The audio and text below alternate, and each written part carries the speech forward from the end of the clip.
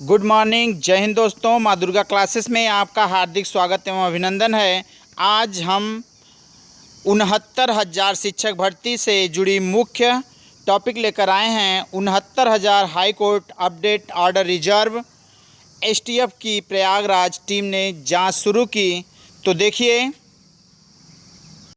चलिए तो ध्यान दीजिए। जैसा कि आप स्क्रीन पे देख रहे हैं, सहायक शिक्षकों के 37,339 पद खाली रखने का आदेश।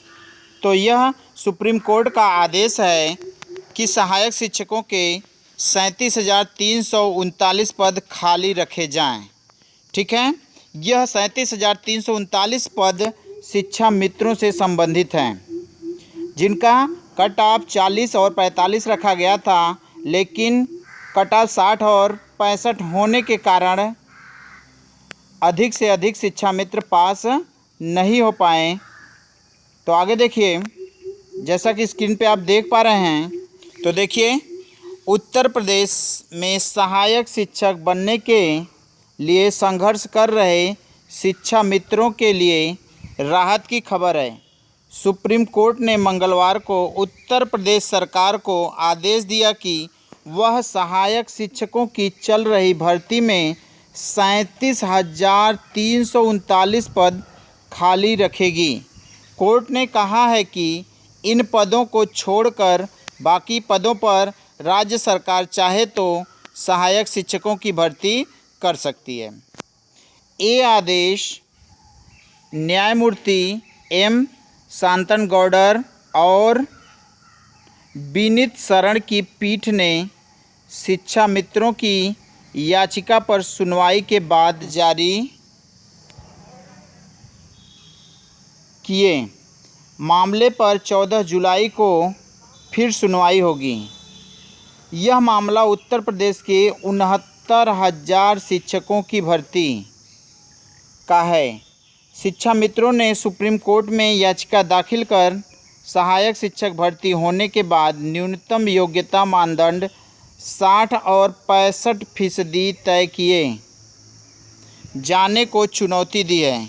हाईकोर्ट ने कट ऑफ अंक यानी न्यूनतम योग्यता अंक 60 और 65% करने को सही ठहराया था और राज्य सरकार को लिखित परीक्षा के नतीजे घोषित करने की छूट दी गई थी या छूट दे दी थी। हाईकोर्ट के इस फैसले को शिक्षा मित्रों ने सुप्रीम कोर्ट में चुनौती दी है। शिक्षा मित्रों की याचिका पर कोर्ट ने गत 21 मई को सभी पक्षों की सुनवाई करके फैसला सुरक्षित रख लिया था और अंतरिम आदेश में प्रदेश सरकार से भर्ती परीक्षा में शामिल हुए शिक्षा मित्रों का पूरा ब्यौरा मांगा था। इसमें यह भी बताने को कहा था कि कितने शिक्षा मित्रों ने परीक्षा में 40 और 45% अंक प्राप्त किए हैं। कोर्ट ने उस आदेश में यह भी कहा था कि जो शिक्षा मित्र सहायक शिक्षक के तौर पर काम कर सकते हैं, उन्हें डिस्टर्ब नहीं किया जाएगा और बाकी पदों पर राज्य सरकार चाहे तो भर्ती कर सकती है। साथ ही मामले पर 14 जुलाई की सुनवाई तिथि लगा दी थी। इस बीच सरकार ने भर्ती परीक्षा के नतीजे घोषित कर सहायक शिक्षकों की भर्ती शुरू कर दी थी।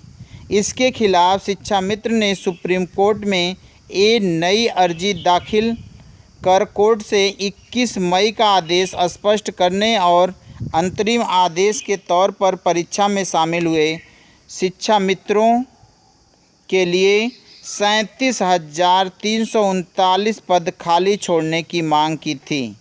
मंगलवार को सुनवाई में शिक्षा मित्रों के वकील ने कहा कि भर्ती पर रोक नहीं लगाई तो शिक्षा मित्रों की याचिकाएं महत्वहीन हो जाएंगी, क्योंकि सारे पद भर जाने के बाद उनके लिए जगह नहीं बचेगी। दूसरी ओर प्रदेश सरकार की additional advocate general Aishwarya Bhati और वकील राकेश कुमार मिश्रा ने मांग का विरोध करते हुए कहा, भर्ती पर रोक नहीं लगानी चाहिए। कहा कि लिखित परीक्षा में कुल करीब 45,000 शिक्षा मित्र शामिल हुए थे, जिसमें से 8,000 मेरिट में स्थान पा चुके हैं। ऐसे में बाकी कुल 37,000 के करीब ही बचे हैं। इन 37,000 में बहुत से फेल हो गए होंगे। आगे है भर्ती मामला। इन पदों को रिक्त छोड़कर बाकी पर भर्ती करने की छूट, अर्थात यह जो शिक्षा मित्रों के पद हैं 37,339, इनको छोड़कर राज्य सरकार बाकी पदों पर क्या कर सकती है, भर्ती ले सकती है। और इस मामले पर 37,339 के मामले पर 14 जुलाई को फिर होगी सुनवाई।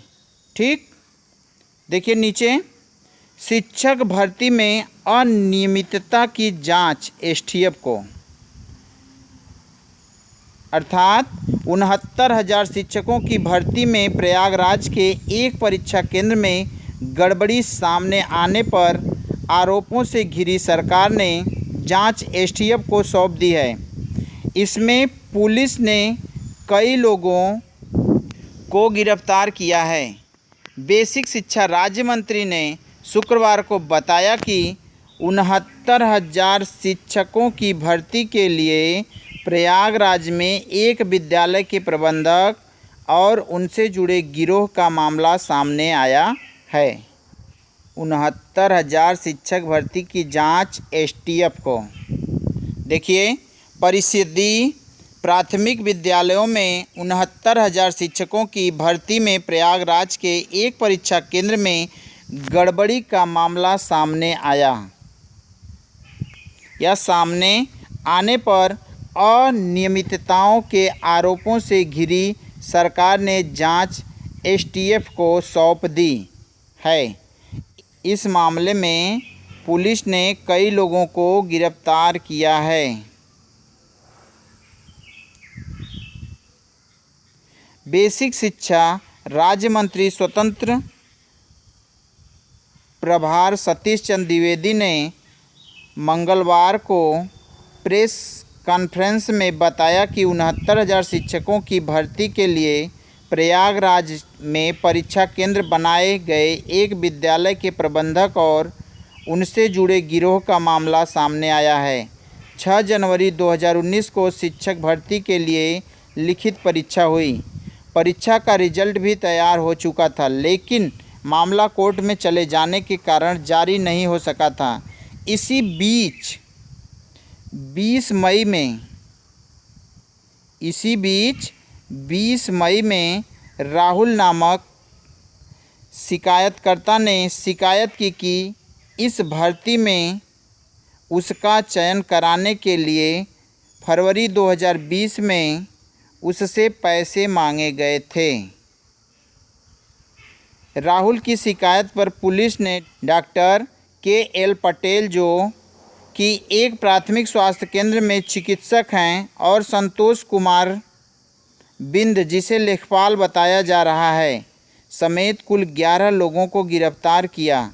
इन लोगों से पूछताछ में पता चला कि यह गिरोह पंचमलाल आश्रम उच्चतर माध्यमिक विद्यालय से साठगांठ कर परीक्षार्थियों की गैर कानूनी तरीके से मदद करता है और उनसे धन वसूलता है। चूँकि एक ही परीक्षा केंद्र पर कई जिलों के अभ्यर्थी परीक्षा देते हैं, इसलिए शासन ने मामले की गहन जांच और दोषियों के खिलाफ कार्रवाई के लिए इस प्रकरण को एसटीएफ को सौंपने का निर्णय किया है।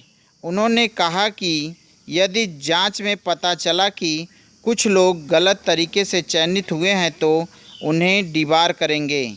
इस परीक्षा केंद्र को भविष्य में होने वाली किसी भी परीक्षा के लिए डिबार किया गया है। आगे देखिए, सुप्रीम कोर्ट में अपील करेगी यूपी सरकार। तो देखिए, 69,000 शिक्षकों की भर्ती में सुप्रीम कोर्ट के फैसले के खिलाफ यूपी सरकार अपील करेगी।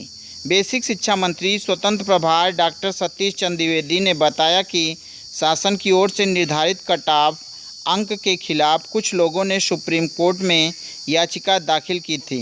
सुप्रीम कोर्ट ने इस मामले में 37,339 पदों को रोककर शेष पर भर्ती करने का आदेश दिया है।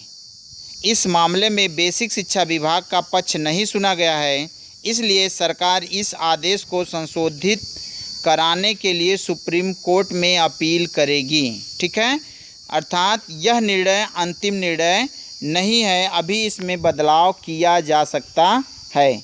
चलिए तो देखिए, शिक्षक भर्ती में दिशा निर्देशों का करें पालन।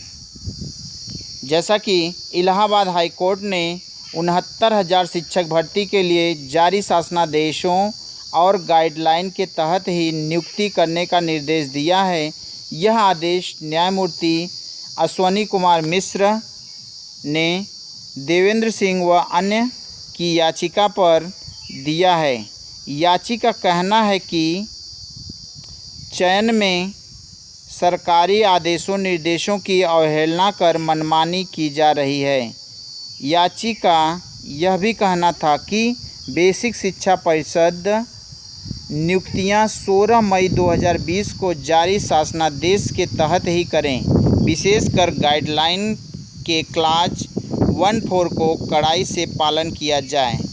ऐसे लोगों को नियुक्ति न दी जाए जो अंतिम तारीख पर निर्धारित अर्हता नहीं रखते। ठीक है, तो ये रहे आपके 69,000 शिक्षक भर्ती से प्रमुख विवरण। अगर यह वीडियो आपको अच्छी लगी हो तो आप लाइक एवं सब्सक्राइब करना बिल्कुल ना भूलिए।